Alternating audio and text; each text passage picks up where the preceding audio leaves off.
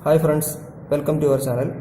RRB JE ആവശ്യമായിട്ടുള്ള ഫിസിക്സിന്റെ ടോപ്പിക്കാണ് നമ്മൾ ഇന്ന് ഡിസ്കസ് ചെയ്യാൻ പോകുന്നത്. അപ്പോൾ നമ്മൾ ആദ്യമേ ഫിസിക്സിന്റെ ഫസ്റ്റ് ക്ലാസ്സിലേക്ക് കടക്കുകയാണ്. ഫസ്റ്റ് ടോപ്പിക് എന്ന് വെച്ച് കഴിഞ്ഞാൽ ഇലക്ട്രിക് കറന്റ്. നമുക്ക് ആദ്യം അതിന്റെ ഡെഫിനിഷൻ നോക്കാം. It is the amount of charge flowing through particular area in unit time. അതായത് ഒരു യൂണിറ്റ് ടൈമിൽ ഒരു പർട്ടിക്കുലർ ഏരിയയിൽ കൂടെ ഫ്ലോ ചെയ്യുന്ന എമൗണ്ട് ഓഫ് ചാർജിനെയാണ് ഇലക്ട്രിക് കറന്റ് എന്ന് പറയുന്നത്. അല്ലെങ്കിൽ അതിൻ്റെ മറ്റൊരു ഡെഫിനിഷൻ എന്ന് പറയുന്നത് it is A rate of flow of charge. അപ്പോൾ നമുക്ക് ഈ ഡെഫിനിഷനിൽ നിന്ന് ഒരു ഇക്വേഷൻ ഡെവലപ്പ് ചെയ്തെടുക്കാം. സപ്പോസ് ആ യൂണിറ്റ് ടൈമിലൂടെ ഫ്ലോ ചെയ്യുന്ന നെറ്റ് ചാർജിനെ നമുക്ക് ക്യൂ കൊണ്ട് ഡിനോട്ട് ചെയ്യാമെന്ന് വയ്ക്കുക. അവിടെ ഉള്ള കറണ്ട് എന്ന് പറയുന്നത് ഐ കൊണ്ട് ഡിനോട്ട് ചെയ്യാം. അത് ഫ്ലോ ചെയ്യുന്ന ടൈം ടി സെക്കൻഡ് ആണെന്ന് ഇരിക്കുക.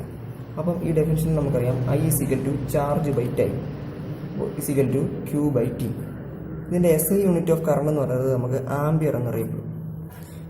അപ്പോൾ 1 ആംബിയർ എന്ന് പറയുന്നത് 1 കൂളോം പെർ 1 സെക്കൻഡ് ആയിരിക്കും. ഇനി ഈ കറണ്ടിനെ മെഷർ ചെയ്യാൻ വേണ്ടി നമ്മൾ യൂസ് ചെയ്യുന്ന ഡിവൈസാണ് അമ്മീറ്റർ എന്ന് പറയുന്നത്.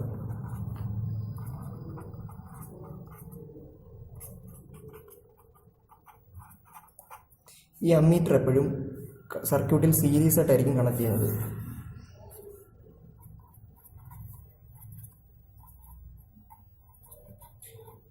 ഇനി നമ്മൾ അറിഞ്ഞിരിക്കേണ്ട കാര്യം, ഒരു സർക്യൂട്ടിൽ എപ്പോഴും കറണ്ട് പോസിറ്റീവ് ടെർമിനലിൽ നിന്ന് നെഗറ്റീവ് ടെർമിനലിലേക്ക് ഫ്ലോ ചെയ്യത്തുള്ളൂ.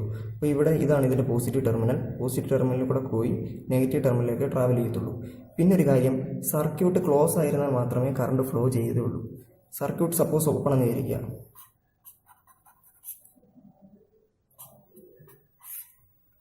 ഇതൊരു ഓപ്പൺ സർക്യൂട്ടാണ്. ഇവിടെ നെറ്റ് കറണ്ട് എന്ന് പറയുന്നത് 0 ആയിരിക്കും. അവർ next topic is resistance. It is denoted by capital R. എന്തെന്ന് വെച്ച് കഴിഞ്ഞാൽ കറണ്ടിൻ്റെ ഫ്ലോയ്ക്കുള്ള ഒപ്പോസിഷനാണ് റെസിസ്റ്റൻസ് എന്നറിയപ്പെടുന്നത്. ഇത് ഓരോ മെറ്റീരിയലിനും ഓരോ വാല്യൂ ആയിരിക്കും. ഈ റെസിസ്റ്റൻസ് എന്ന് പറയുന്നത് ഡയറക്ട്ലി പ്രൊപ്പോർഷണൽ ടു L ആയിരിക്കും.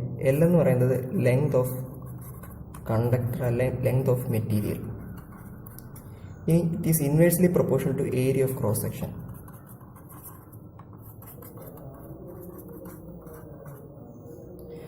അപ്പോൾ നമുക്ക് ഇതിനകത്ത് ആറിലൊരു ഇക്വേഷൻ ഉണ്ട്.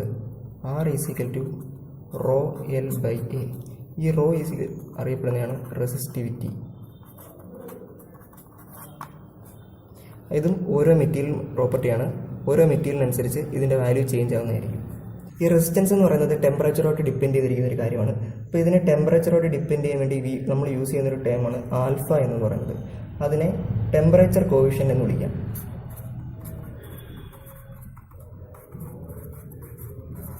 അപ്പോൾ ഈ ആൽഫയുടെ ഇക്വേഷനാണ് RT minus R0 by R02. RT എന്ന് പറയുന്നത് resistance at T degree Celsius. R0 എന്ന് പറയുന്നത് resistance at 0 degree Celsius. Temperature കോവിഷ്യൻ്റെ യൂണിറ്റ് എന്ന് പറയുന്നത് 1 ബൈ ഡിഗ്രി സെൽഷ്യസ് ആയിരിക്കും. ഇനി ഇതിൻ്റെ വാല്യൂ, അതായത് ആൽഫയുടെ വാല്യൂ കണ്ടക്ടേഴ്സിന് പോസിറ്റീവ് ആയിരിക്കും. അല്ലെങ്കിൽ കണ്ടക്ടേഴ്സിന് നമുക്ക് പറയാം പോസിറ്റീവ് ടെമ്പറേച്ചർ കോവിഷ്യൻ്റ് ആണെന്ന്. അപ്പോൾ കണ്ടക്ടേഴ്സിൻ്റെ കേസിൽ ടെമ്പറേച്ചർ കൂടുന്നതനുസരിച്ച് ആൽഫ വാല്യൂ കൂടും. അപ്പോൾ അതിൻ്റെ റെസിസ്റ്റൻസും കൂടും. ഇനി ആൽഫയുടെ വാല്യൂ സെമി കണ്ടക്ടേഴ്സിന് നെഗറ്റീവ് ആയിരിക്കും. അല്ലെങ്കിൽ സെമി കണ്ടക്ടേഴ്സിന് നെഗറ്റീവ് ടെമ്പറേച്ചർ കോവിഷ്യൻ്റ് ആണെന്ന് പറയാം. അപ്പോൾ ഇവിടെ ടെമ്പറേച്ചർ കൂടുന്നതനുസരിച്ച് റെസിസ്റ്റൻസ് കുറയും. ഇനി നമുക്കറിയാം ബൈ ഓംസ് ലോ നമുക്ക് എഴുതാം R is equal to V by I. SI unit of റെസിസ്റ്റൻസിനെയാണ് അപ്പം ഓംസ് എന്നറിയപ്പെടും. ഇനി ഈ ഇക്വേഷൻ നമുക്കറിയാം 1 ohm is equal to 1 volt by 1 ampere. അടുത്ത ടോപ്പിക് പൊട്ടൻഷ്യൽ ഡിഫറൻസ്. അപ്പം ഇത് പഠിക്കുന്നതിന് മുമ്പ് നമുക്കൊരു അനലോഗി വെച്ചിട്ട് കമ്പയർ ചെയ്ത് വേറൊരു കാര്യം പഠിക്കാം.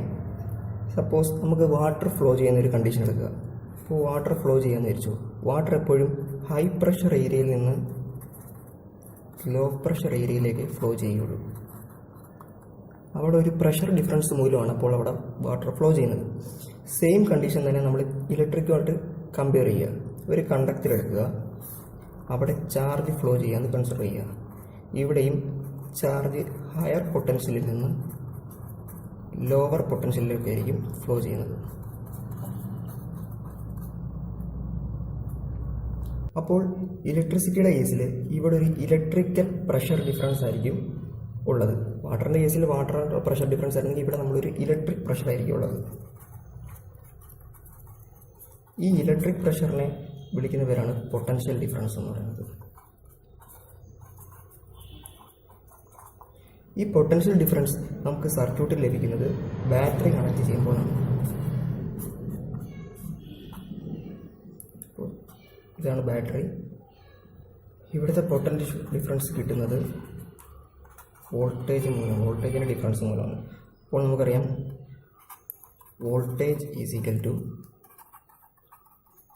Work done by charge W/Q. ഇതിൻ്റെ യൂണിറ്റ്സ് എന്ന് പറയുന്നത് വോൾട്ട്സ് ആയിരിക്കും. അപ്പോൾ ഈ ഇക്വേഷൻ നമുക്കറിയാം 1 volts is equal to 1 joule by 1 coulomb. ഇനി ഈ വോൾട്ട് മെഷർ ചെയ്യാൻ വേണ്ടി നമ്മൾ യൂസ് ചെയ്യുന്ന ഡിവൈസാണ് വോൾട്ടിമീറ്റർ.